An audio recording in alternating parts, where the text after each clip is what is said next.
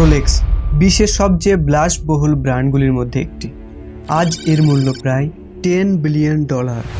আজ আমরা রোলেক্সের ইতিহাস সম্পর্কে গভীরভাবে জানব। আসলে রোলেক্সের ইতিহাস 1 শতাব্দী আগে শুরু হয় এবং একটি অনাথ বালকের হাত ধরে শুরু হয়েছিল। যেই বালকটার একসময় কেউ ছিল না, তার উত্তরাধিকারীরা তার কাছ থেকে হারিয়ে গিয়েছিল। তার স্বপ্নগুলি পূরণ করা, স্বপ্ন তো বাদ, তখন তার চ্যালেঞ্জগুলি অতিক্রম করার জন্য তার ডিটারমিনেশন ছাড়া আর কিছুই ছিল না। আসুন আজকের এই ভিডিওতে আমরা জেনে আসি কীভাবে একটা অনাথ বালকের হাত ধরে এত বড় একটা $1 বিলিয়ন রোলেক্সের মতো ব্র্যান্ড তৈরি হলো। আর আজকে আমরা যেসব ঘড়ি দেখতে পাচ্ছি, ঘড়ির সাম্রাজ্য দেখতে পাচ্ছি, এটাও কিন্তু এই বালকের হাত ধরেই এসেছিল। আমাদের কাহিনী শুরু হয় এই ছোট্ট ছেলেটি থেকে, যিনি তার নিজের শহর ছেড়ে অন্য দেশে চলে যান পরিস্থিতির চাপে, এবং কয়েক বছর পর তার আপন করে নেওয়া পথ কাজ করে তিনি তার আবেগ অনুসরণ করার সিদ্ধান্ত নেন এবং একটি ঘড়ি তৈরির ব্যবসা করেন। আসলে তিনি বা কেউই তখন জানতেন না যে এই ব্যবসায়িক উদ্যোগ ওনাকে বা ওনার হাত ধরে একটা আধুনিক হাত ঘড়ির পুরো শিল্পকে পরিবর্তন করতে চলেছে এবং একটা $1 বিলিয়ন সাম্রাজ্যের দিকে নিয়ে যাবে। আর এই বালকটির নাম হলো হ্যান্স উইলস্টফ। জার্মানির কুম্বাক শহরে 22 মার্চ 1881 সালে পিতা মাতা আনা এবং জোহান ড্যানিয়েল উইলসডর্ফ পরিবারের সাথে এনার জন্মগ্রহণ হয়। 3 সন্তানের মধ্যে তিনি ছিলেন দ্বিতীয় পুত্র। তার পরিবার মানে বাবা একটি মোটামুটি সফল ব্যবসা চালিয়ে যাচ্ছিলেন, যা তার দাদুর কাছ থেকে পেয়েছিলেন। তখন তারা লোহার সামগ্রী বিক্রি করতেন। তাদের মধ্যবিত্ত পরিবার ছিল। দুর্ভাগ্যবশত তার মা পরবর্তী কয়েক বছরে অসুস্থ হয়ে পড়েন এবং মাত্র 57 বছর বয়সে তিনি মারা যান। এবং 1 বছর পর এটি ওনার ভাগ্যকে আরও একবার কষ্ট দেয় যখন তার বাবাও মারা গেলেন। এবং এখানে পরিবার মানে তার মা বাবা হান্সকে 12 বছর বয়সে অনাথ রেখে চলে যান। এখন তার ভাইদের হেফাজতে তার চাচা অবিলম্বে তার পরিবারের যেই ব্যবসাটা ছিল সেটা বিক্রি করার সিদ্ধান্ত নেন এবং তাদের শিক্ষার জন্য কিছু অর্থ ব্যবহার করেন। আর্নেস্টিনাম কোবার্গ নামে একটি সুন্দর মর্যাদাপূর্ণ বোর্ডিং স্কুলে পড়াশোনা করতে শুরু করান। হান্স প্রথম দিকে এই সিদ্ধান্তকে ঘৃণা করতেন, তার খারাপ লাগতো এবং নতুন শহরে থাকার সময় হতাশ হয়ে পড়তেন। হান্সকে একজন বহিরাগত হিসেবে দেখা যেত এবং প্রায় তার ধর্মের কারণে অন্য ছেলেরা তাকে উত্ত্যক্ত করত, বিরক্ত করত। এভাবেই কেটে যায় তার কঠিন ছেলেবেলা এবং এই কঠিন ছেলেবেলা অতিক্রম করার জন্য তিনি বড় হওয়ার সাথে সাথে স্কুলে মনোযোগ দেওয়ার সিদ্ধান্ত নিয়েছিলেন। তিনি বুঝতে পেরেছিলেন যে যদিও তিনি তার চাচাদের সিদ্ধান্ত পছন্দ করেননি, কিন্তু এটি তার সাফল্যের জন্য একটি গুরুত্বপূর্ণ কারণ হতে পারে বা হয়ে উঠেছে। তিনি জানতেন আমাদের চাচারা তার ভাগ্যের প্রতি উদাসীন ছিল না, তবুও জীবনের প্রথম দিকে তারা যেভাবে আমাকে আত্মনির্ভরশীল করে তুলেছিল তা আমাকে আমার সম্পদের দেখাশোনা করার জন্য এবং পিছনে ফিরে তাকানোর অভ্যাস করে দিয়েছে। আমি বিশ্বাস করি যে এটি আমার সাফল্যের বেশিরভাগই কারণ। কে বলছেন? হ্যান্স বই পড়তে খুবই পছন্দ করতেন এবং স্কুলে বেশ উজ্জ্বল ছাত্র হয়ে উঠেছিল। তিনি যে বিষয়গুলিতে সবচেয়ে উল্লেখযোগ্যভাবে দক্ষতা অর্জন করেছিলেন তা হলো গণিত এবং ভাষা, যেখানে তিনি ফরাসি এবং ইংরেজি ভাষা শিখেছিলেন। তিনি সর্বদা ভ্রমণ সম্পর্কে কিউরিয়াস ছিলেন এবং তিনি জানতেন যে ভাষাগুলি খুবই দরকার হবে সেক্ষেত্রে, যা অবশেষে তার কর্মজীবনে একটি বড় ভূমিকাও পালন করবে। হান্সের জীবনে এবার একটা সুন্দর মুহূর্ত আসতে চলেছে, কেননা স্কুল চলাকালীন তিনি একটি সুইস ছেলের সাথে বন্ধুত্ব করেন যে তাকে তার জন্মস্থান লাচু দে ফল সুইজারল্যান্ডে অবস্থিত একটি শহরের সম্পর্কে গল্প শোনালেন, যা ঘড়ি তৈরির শিল্পে দীর্ঘ ইতিহাসের জন্য সুপরিচিত ছিল। এবং হ্যান্স জায়গাটি সম্পর্কে খুবই কিউরিয়াস হয়ে ওঠে। একদিন হ্যান্স তার জীবনে একটা ভালো উপায় পেয়েছিল এবং 19 বছর বয়সে সুইজারল্যান্ডের জেনেভাতে যাওয়ার জন্য জার্মানির বোর্ডিং স্কুল ছেড়ে তিনি একটি আন্তর্জাতিক মুক্তের কাজের জন্য একজন ভালো পজিশনে শিক্ষানবিশ হিসেবে চাকরি পেয়েছিলেন। কোন কোম্পানিতে? এক্সপোর্টিং কোম্পানিতে। এই এক্সপোর্টিং কোম্পানি বিভিন্ন বাজার থেকে মুক্ত ক্রয় করতেন এবং গ্রেড বাছাই করত এবং গহনা ব্যবসায়ীদের কাছে বিক্রির জন্য প্যাকেজ তৈরি করত। তিনি মানে হান্স তখন লক্ষ্য করেন যে এই কোম্পানিটি আসলে কিছুই তৈরি করছে না, কিন্তু এখান থেকে প্রচুর পরিমাণে লাভ করছে। তিনি তাদের ব্যবসার কৌশল শিখতে নিজেকে ইমপ্রেসড করেছেন এবং তার বয়সের হিসেবে ভালো অর্থ উপার্জন করছেন। এবার হঠাৎ একদিন হান্স তার বন্ধুর কাছ থেকে একটা চিঠি পেয়েছিলেন, যিনি তাকে কুনোকর্টিন নামে একটি কোম্পানিতে চাকরির প্রস্তাব দিয়েছিলেন। আপনাদের একটু জানিয়ে দিই, কুনোকোটিন সেই সময়ে সবচেয়ে বড় উচ্চমানের ঘড়ি তৈরির ব্যবসা ছিল এবং প্রতি বছর প্রায় 10 লক্ষ সুইস ফ্র্যাঙ্ক মূল্যের পকেট ঘড়ি রপ্তানি করত। পকেট ঘড়ি মানে বুঝতে পারছেন, তখনকার যুগে কিন্তু পকেট ঘড়ি চলতো। তখন কিন্তু রিস্ট ওয়াচ মানে কবজি বা হাত ঘড়ি এখনো পর্যন্ত খুব বেশি চলাচল হয়নি মার্কেটে। তখন চলতো পকেট ঘড়ি। এই যে পকেট ঘড়ি আপনি দেখতে পাচ্ছেন স্ক্রিনে, এরকম। আর এখান থেকেই ঘড়ির সাথে সম্পর্ক হয় হান্সের। এবার কাহিনীতে একটু টুইস্ট আসবে, এখান থেকে শুরু হবে আমাদের মেন কাহিনী। এখান থেকে আপনাকে মনোযোগ সহকারে ভিডিওটিকে লাস্ট পর্যন্ত দেখতে হবে। হ্যাঁ, তখন পকেট ঘড়ি চলতো। তারা স্ক্র্যাচ থেকে তাদের নিজস্ব কিছু ঘড়িও তৈরি করেছে। আর এই সুপরিচিত নাম খ্যাত কোম্পানিটি একটি শো ডি ফর্মের ভিত্তিতে ছিল, যেখানে হ্যান্সের সর্বদা যাওয়ার ইচ্ছে ছিল, যেতে চেয়েছিলেন। যদিও তিনি ইতিমধ্যে যে কোম্পানিতে কাজ করছেন সেটি তার জন্য আরো উপকারী ছিল। মানে বর্তমানে কোন কোম্পানিতে কাজ করছিলেন? মুক্তের যে কোম্পানি ছিল সেখানে। এবার তিনি তার বন্ধুর পাওয়া চিঠি অনুযায়ী যেতে চেয়েছিলেন ঘড়ি তৈরির কোম্পানিতে। ঘড়ির আশেপাশের জায়গা এবং ব্যবসার প্রতি তার কিউরিসিটি আরো শক্তিশালী ছিল। তাই 1900 সালে তিনি এই কোম্পানিতে কাজ করার জন্য লা শোডিফানে চলে আসেন। হান্সের ইংরেজি লিখতে এবং পড়ার দক্ষতার জন্য তাকে সংবাদদাতা এবং কিরানি হিসেবে নিয়োগ করা হয়েছিল, যেটা তিনি স্কুলে শিখেছিলেন। কারণ তিনি জানতেন যে আমাকে বাইরে বের হতে হবে, আমার ইচ্ছে কিছু অন্যরকম।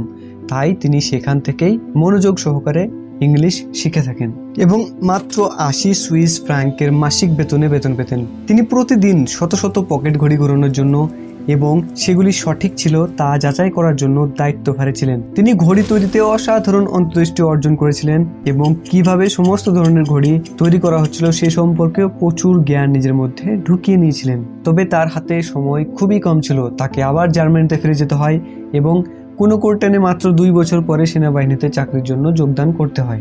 এবার মাত্র 22 বছর বয়সে সেনাবাহিনীর চাকরির পর তিনি উচ্চমানের ঘড়ির আরেকটি কোম্পানিতে কাজ করার জন্য এবার লন্ডনে চলে যান, যেটা ইংল্যান্ডে অবস্থিত ছিল। সেখানে তিনি সেই কোম্পানিতে একটি বড় পজিশনে ছিলেন এবং এখন তিনি সেখানে থাকার 2 বছর ধীরে ধীরে তাদের বিক্রয় বৃদ্ধির দায়িত্বে ছিলেন। তিনি সফলভাবে কোম্পানির জন্য আরো বেশি ক্লায়েন্ট খুঁজে বের করতেন এবং সময়ের সাথে সাথে তাদের বিক্রয় আরো বৃদ্ধি করতে লাগলো। এতদিনে হ্যান্স নিজেকে অনেক অ্যাডভান্স করে নিয়েছিলেন। এবার ততক্ষণে হ্যান্স ইতিমধ্যেই নিজের ঘড়ির ব্যবসা তৈরি করার কথা ভাবছিলেন এবং এই সমস্ত বছরগুলিতে তার ভবিষ্যতের ব্যবসায় তার জ্ঞানকে আরো এগিয়ে নেওয়ার জন্য সবকিছুই তিনি শিখছিলেন। মানে আপনি বলতে পারেন নিজেকে একদম প্রস্তুত করছিলেন। এবার ওনার জীবনে এন্ট্রি হয় একটা মহিলার। হ্যাঁ, ওনার প্রথম এবং হবু স্ত্রী ফ্লোরেন্স ফ্রান্সেসমে উলসডর্ফ কোর্টের সঙ্গে দেখা করেন এবং দেখা করার কিছুদিনের মধ্যেই তিনি বিয়ে করে ফেলেন। একদিন হ্যান্স তার স্ত্রীর বড় ভাই অ্যালফ্রেড জেমস ডেভিডের সাথে বাইরে বসেছিলেন এবং তাদের ভবিষ্যৎ জীবন ও পরিকল্পনা সম্পর্কে কথা বলছিলেন। হ্যান্স তাকে মানে ওনার শালাবাবুকে বলছিল যে তিনি অনুভব করছেন যে তিনি নিজের ঘড়ির ব্যবসা খুলতে যথেষ্ট আত্মবিশ্বাসী, কিন্তু তার শুধু কিছু পুঁজি দরকার, যেটা তার কাছে ছিল না। আলফ্রেডের কাছে টাকা ছিল অনেক। খুব অল্প বয়সী হওয়া সত্ত্বেও হ্যান্সের ঘড়ির প্রতি এতটা অনুরাগী তা উনি খুব ভালো করেই জানতেন। তাই তিনি জার্মানের ওপর একটি সুযোগ নিয়েছিলেন এবং তাকে বলেছিল যে তিনি তার ব্যবসায়িক উদ্যোগে তাকে সাহায্য করতে যাচ্ছেন এবং তিনি ইনভেস্ট করতে প্রস্তুত। তারপর তারা একসাথে হাত মেলায় এবং 1905 সালে উলসডর্ফ এবং ডেভিস লিমিটেড প্রতিষ্ঠা করেন, যা শেষ পর্যন্ত মানে এটাই শেষ পর্যন্ত রোলেক্সে পরিণত হবে। কাহিনী তো এবার শুরু হচ্ছে। অনেক বছর পর তারা হারমান এগলার নামক একটি সুইস ঘড়ি কোম্পানির সাথে পার্টনারশিপ করেন, যেটি সুইজারল্যান্ডে ছিল এবং সুইস দেশ থেকে ইংল্যান্ডে মুভমেন্ট আমদানি শুরু করে তাদের ঘড়ির কেসে রেখেছিল, যেখানে তারা পার্টনারশিপের পক্ষ থেকে সুইজারল্যান্ডে বিএন একটি অফিসও খোলেন এবং খুবই শীঘ্রই তারা অ্যাফোর্ডেবল প্রাইসে টাইম পিস বিতরণের স্পেশালিস্ট হয়ে পড়েন। যদিও হ্যান্স ঘড়ির প্রেমিক ছিলেন, হ্যান্স সব সময় একটি জিনিস ভাবতেন পকেট ঘড়ি সম্পর্কে। সেই সময় ঘড়িগুলি বেশিরভাগ মহিলারা গহনা হিসেবে পরতো এবং কেউ কেউ অবজ্ঞার চোখে দেখত। হ্যাঁ, এই গহনা ঘড়িগুলি পকেট ঘড়ির তুলনায় অনেক ছোট এবং ছোট কাঁটা নড়াচড়ার সম্বন্ধ ছিল। এর ফলে নিয়মিতভাবে ঘড়ির গতিবিধির ছোট বিবরণের কারণে দ্রুত বা ধীর হয়ে যায়। সেই সময়ে পকেট ঘড়ির সময়ে এর জনপ্রিয়তার এটাই ছিল প্রধান কারণ এবং এটা বেশ বড় ছিল। এই কারণটা অনেক বড় কারণ ছিল। এর বিশাল আকারের জন্য পুরুষালী হিসেবে বিবেচিত হয়। এই পকেট ঘড়ি কিন্তু পুরুষের জন্য খুবই ভালো হিসেবে বিবেচিত হয়, কিন্তু হ্যান্সের জন্য তিনি বেশিরভাগ ক্ষেত্রে এটি ব্যবহার করা একদম অসুবিধাজনক বলে মনে করতেন। প্রতিবার সময় দেখার জন্য প্রতিবার পকেটে হাত ঢোকানো, এটি যেন তার জন্য একদম ঝামেলার বিষয় ছিল। বিশেষ করে যখন তার হাত ব্যস্ত থাকে, কোনো কাজ করতে থাকে, তখন এই সময় এখন পর্যন্ত নিখুঁত একটা হাত ঘড়ি তৈরি করা প্রায় অসম্ভব বলে মনে করা হয়, যা ধারাবাহিকভাবে সঠিক সময় দেখতে পারে এবং প্রতিদিনের ব্যবহারে হতে পারে। এবার হান্স বলছেন যে আমার ব্যক্তিগত মতামত হলো যে পকেট ঘড়িগুলি প্রায় সম্পূর্ণরূপে অদৃশ্য হয়ে যাবে একদিন, এবং হাত ঘড়িগুলি নিশ্চিতভাবে তাদের প্রতিস্থাপন করবে। 1914 সালে হ্যান্স ভবিষ্যৎবাণী করেছিলেন যে শীঘ্রই বা পরে হাত ঘড়ি প্রত্যেকের জন্য নতুন আদর্শ হতে চলেছে, এবং আমাকে এটি করার জন্য নিখুঁত হাত ঘড়ি তৈরি করার উপায় খুঁজে বের করতে হবে। এটা করার জন্য আমাকে সম্পূর্ণরূপে চেষ্টা করতে হবে। তারপর তিনি সেই চেষ্টাকে সফল করার জন্য পরবর্তী বেশ কয়েক বছর ইউরোপের বিভিন্ন দেশে ভ্রমণ করেন এবং ঘড়ির ছোট বিবরণ সম্পর্কে আলোচনা করার জন্য বিভিন্ন ঘড়ি নির্মাতাদের সঙ্গে সাক্ষাৎ করেন। আর সেই বছরগুলিতে তিনি তার নিজের হাত ঘড়ি প্রকাশ করতে শুরু করলেন এবং সেই একই বছরে তিনি তার কোম্পানি প্রতিষ্ঠা করেন। এবার একের পর এক ঘড়ি তিনি পুরুষ ও মহিলাদের জন্য আরও ভালো উচ্চমানের এবং নির্ভরযোগ্য হাত ঘড়ি তৈরির কাজ করছেন। তিনি তার এই যাত্রা থেকে অন্যান্য ঘড়ি নির্মাতাদের কাছ থেকে যা শিখেছেন তা প্রয়োগ করছেন, এবং খুবই শীঘ্রই তার কোম্পানি কিছু আকর্ষণ অন্যরকম পেতে শুরু করে, এবং 1908 সাল নাগাদ এটি ইংল্যান্ডের ঘড়ি তৈরি শিল্পে শীর্ষস্থানীয় সংস্থাগুলির মধ্যে একটি হয়ে ওঠে। এবার হান্স তার কোম্পানির নাম পরিবর্তন করে উচ্চ শ্রেণীর, আকর্ষণীয় এবং সহজে বলতে পারা এরকম একটা ওয়ার্ড, এরকম একটা নাম চেয়েছিলেন যেটা সহজেই উচ্চারণ হবে। ভাষা কোনো ব্যাপার না, ঘড়ির ডায়ালের জন্য নামটি সহজেই ফিট হতে পারে, মানে ছোটও হতে হবে, তাই এটি সংক্ষিপ্ত হওয়া দরকার। এবার তিনি এই নামটিকে একত্রিত করার জন্য তিনি বর্ণমালা থেকে বিভিন্ন রকমের অ্যালফাবেট একত্রিত করে মানে একটা বেস্ট নাম খোঁজার জন্য অনেক সময় ব্যয় করেন, কিছু আনোখা নিয়ে ভাবতে লাগলেন। অবশেষে জন্ম হয় রোলেক্সের। এখানে রোলেক্সের জন্ম না হবার আগে পর্যন্ত তিনি এটি এখনো নিখুঁত ছিল সেটা কিন্তু ভালোভাবে জানতেন, এবং তার জন্যই এই নামটিকে বেছে নিয়েছিলেন। এবং কিছুদিন পরে তিনি 1908-এ উইলসডর্ফ এবং ডেভিস লিমিটেডের জন্য একটি ট্রেডমার্ক হিসেবে রোলেক্স নামটি নিবন্ধন করেন। হাত ঘড়িগুলি বা কবজি ঘড়িগুলি আসার পর পরবর্তী কয়েক বছরে রোলেক্স তার উচ্চমানের হাত ঘড়ির জন্য পরিচিত হয়ে ওঠে, এবং অনেক ধনী মানুষ ইতিমধ্যে এটি ব্যবহার করতে শুরুও করে ফেলেছে। কিন্তু এটি খুব বেশি সময় নেয়নি। যখন প্রথম বিশ্বযুদ্ধ শুরু হয় এবং ঘড়ি সংস্থাগুলি সহ অনেকে ব্যবসায় থাকার জন্য লড়াই করছিল, এমনকি কিছু ক্ষেত্রে বন্ধ করতেও হয়েছিল, কিন্তু রোলেক্সকে কোনো দিনও পিছু পা হতে হয়নি। এই ঘটনাটি হ্যান্স কোম্পানিকে তার ইতিমধ্যে নির্ভরযোগ্য হাত ঘড়ির কারণে আরো বিখ্যাত করে তোলে। এবার হান্স কি করবেন? এবার ধীরে ধীরে অনেক সৈন্যকে পকেট ঘড়ির পরিবর্তে রোলেক্সের ঘড়ি দেওয়া হয়েছিল, কারণ এটি ব্যবহার করা অনেক সহজ এবং নিরাপদ ছিল।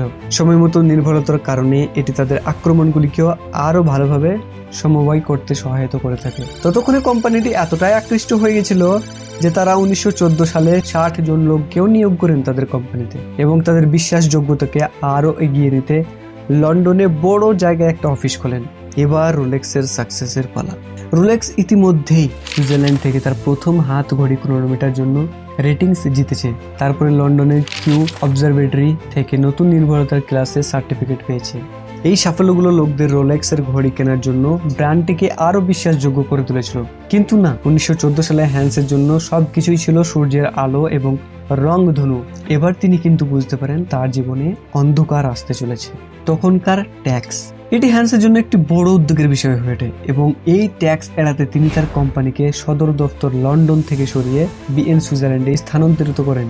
এটাই কিন্তু একমাত্র কারণ না, তার এমন পদক্ষেপের আরও একটি বিশেষ কারণ ছিল।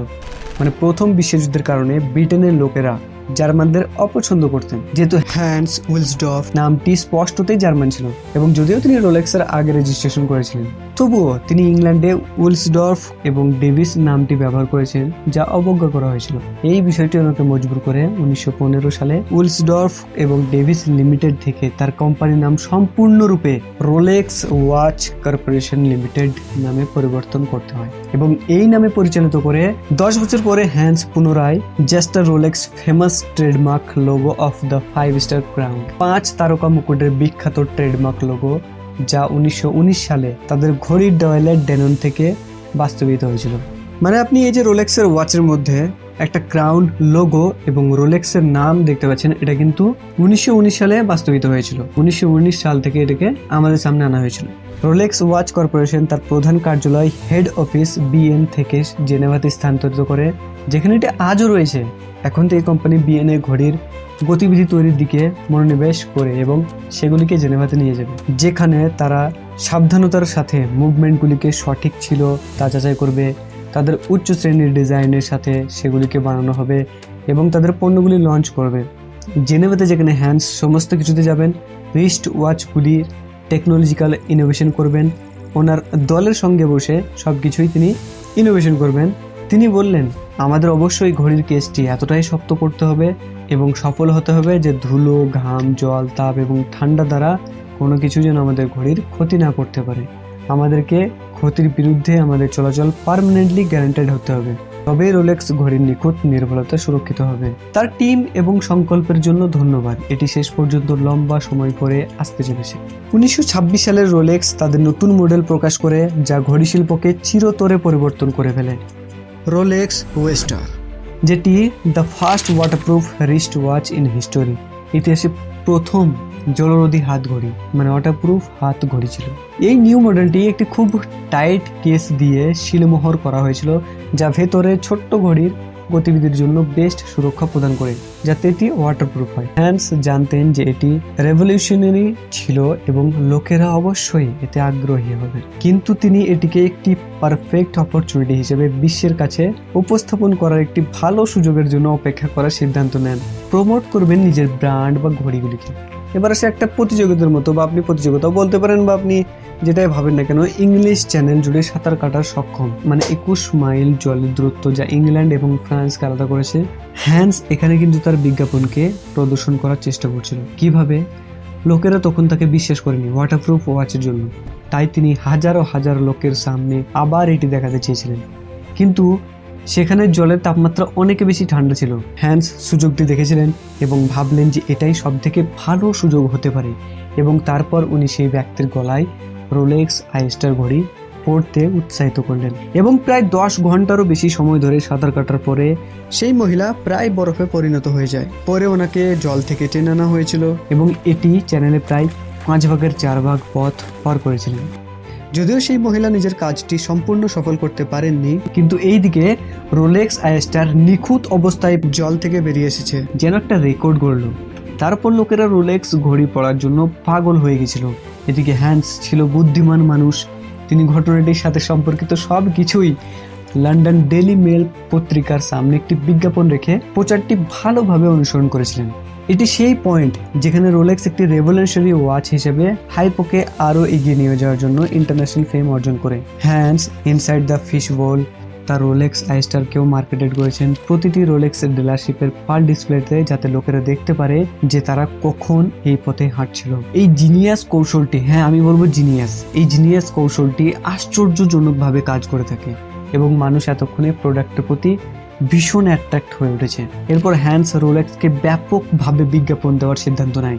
তাই 1928 সালে তিনি তার ঘড়ির প্রচারের জন্য ইভলিন ল্যান্ড, যিনি সেই সময়ের দ্য টপ ব্রিটিশ মডেল ছিলেন, হ্যান্স চেয়েছিলেন ওনার সাথে কাজ করতে এবং কাজ করেও ছিলেন, এবং একটি ফিশ বলের মধ্যে তার রিস্ট ওয়াচ পড়া ছবি ছিল, মানে রোলেক্সের। প্রচার সেখানেই থামেনি। 1933 সালে রোলেক্স আইস্টারকে আবারও সংবাদপত্রে মাউন্ট এভারেস্টের উপরে একটি ফ্লাইটের সাথে সম্পর্কিত করতে দেখা যায়, যেখানে পুরুষ সদস্যরা তাদের হাতে রোলেক্সের ওয়াচ পড়েছিলেন এবং তারা দেখে খুব সন্তুষ্ট হয়েছিল যে ফ্লাইটের এত উপরে তাদের ঘড়িগুলি এখনও 100% কার্যকর ছিল। এটার সব থেকে একটি ভালো উদাহরণ কি ছিল জানেন? যখন বিখ্যাত চালক মানে ম্যাকলম ক্যাম্পবেল 1935 সালে হ্যান্সের রোলেক্স পরে প্রায় 300 মাইল প্রতি ঘন্টা গতিতে গাড়ি চালানোর জন্য একটি ফাস্ট রেকর্ড তৈরি করেছিলেন। হ্যান্স এটি প্রচার করার জন্য তার পারমিশন চেয়েছিলেন এবং ম্যালকম কোনোরকম অর্থ প্রদান করতে অস্বীকার করে তা গ্রহণ করেছিলেন। এই মুহূর্তে লোকেরা রোলেক্সকে শুধুমাত্র একটি হাই কোয়ালিটির ডিজাইনটেড ওয়াচ হিসেবে নয়, একটি রিলায়েবল, নির্ভরযোগ্য এবং টেকনিশিয়াল রিস্ট ওয়াচ হিসেবেও উপলব্ধি করতে শুরু করেছে। যা যে কেউ দৈনন্দিন ব্যবহারের জন্য করতে পারে। এটা একটা উদাহরণ যে একটি কোম্পানিকে সফল করার জন্য প্রচুর দুর্দান্ত বিজ্ঞাপনের প্রয়োজন। ডিউরিং দিস টাইম রোলেক্স মানুষকে ইমপ্রেসড করে চলেছে যখন তারা তাদের আপডেট করা মডেল রোলেক্স অ্যাস্টার পারপেচুয়াল 1931 সালে চালু করেছিল, যা ছিল first waterproof and self winding wrist watch. মানে ওয়াটারপ্রুফ তো আগেও ছিল, কিন্তু এটা সেলফ উইন্ডিং রিস্ট ওয়াচ ছিল। এই রোলেক্স আইস্টারের আগের মডেলটি কিন্তু একটি গ্রেট অ্যাচিভমেন্ট ছিল। তবে এখানে একটা চ্যালেঞ্জ ছিল যে আপনাকে এখনো প্রায় ঘড়িটি ম্যানুয়ালি চালাতে হচ্ছিল। ম্যানুয়ালি মানে বুঝতে পারছেন, ঘড়ি ম্যানুয়ালি চালাতে হচ্ছিল, যা এটির শক্ত কেসের কারণে এটিকে আরো কঠিন করে তোলে। মানে আপনাকে ঘড়ি চালানোর জন্য প্রথমে ঝিনুকের মুকুটটি খুলতে হয়, তারপর এটিকে রিস্ক্রু করতে হয়েছিল। কিন্তু এই সেলফ উইন্ডিং ঘড়ির মধ্যে কিন্তু আপনাকে তা করতে হবে না।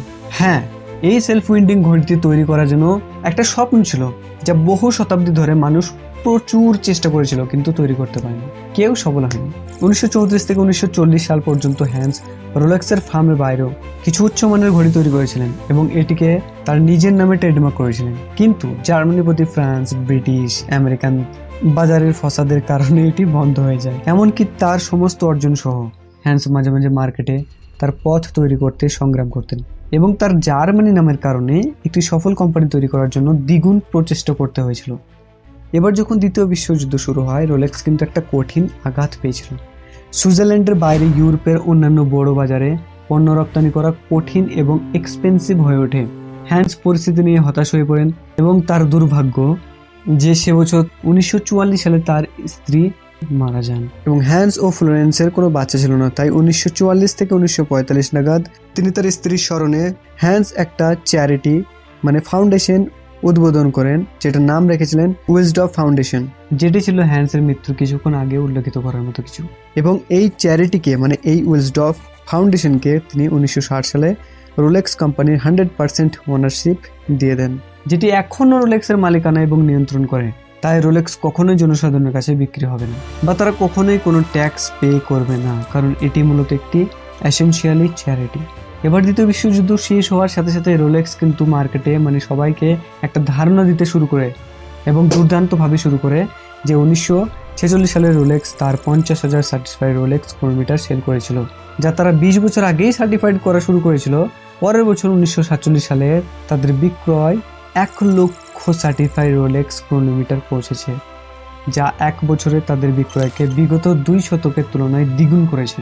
এই সাফল্যটি রোলেক্সের নতুন মডেল, যেটা 1945 সালে প্রকাশিত হয়েছিল, রোলেক্স ডেটজাস্ট, এটা থেকে ব্যাকআপ করা হয়েছিল। রোলেক্সের ঘড়ির মধ্যে তারিখ মাত্র প্রথম ওয়াটারপ্রুফ সেলফ উইন্ডিং হাত ঘড়ি ডায়ালে মাসের তারিখ নির্দেশন করে। এটি প্রায় 10 বছর পরে আরও একটি রেভলিউশনারি মডেল অনুসরণ করেছিল, the Rolex Day Date. Rolex Day তারিখ প্রথম জলদি এবং সেলফ উইন্ডিং কবজি ঘড়িগুলিতে শুধুমাত্র মাসের তারিখ নয়, সপ্তাহের দিনও অন্তর্ভুক্ত করে। এই ধরনের বেস্ট ঘড়িগুলো আপনি এখনো দেখতে পাবেন, যেগুলো 50-এর দশকের আদর্শ। এবার রোলেক্স ইনোভেটিভ ঘড়ির একটি সিরিজ লঞ্চ করতে থাকে। সবচেয়ে লেজেন্ডারি কি ছিল জানেন? সাবমেরিনার, যা 1953-তে চালু হয়েছিল। এটি ছিল প্রথম গভীর ডাইভিং ওয়াটারপ্রুফ হাতঘড়ি, যা অকার্য না হয়ে সমুদ্রের প্রায় 100 মিটার গভীরে পৌঁছতে পারে। 1960 সালে হ্যান্স উইলসডর্ফ মারা যান এবং ওনার মৃত্যুর পর রোলেক্স আজকে লাক্সারি ব্র্যান্ড হিসেবে নিজেকে দেখতে শুরু করে। কোম্পানি তাদের প্রোডাক্টগুলি হাই সোসাইটির লোকেদের জন্য একচেটিয়া ঘড়ি সংগ্রহের দিকে বেশি মনোযোগ দিয়েছে, যেটা কাজও করেছে। এখন দেখবেন আপনি রোলেক্সের ঘড়ি কারা বেশি পড়ে থাকে?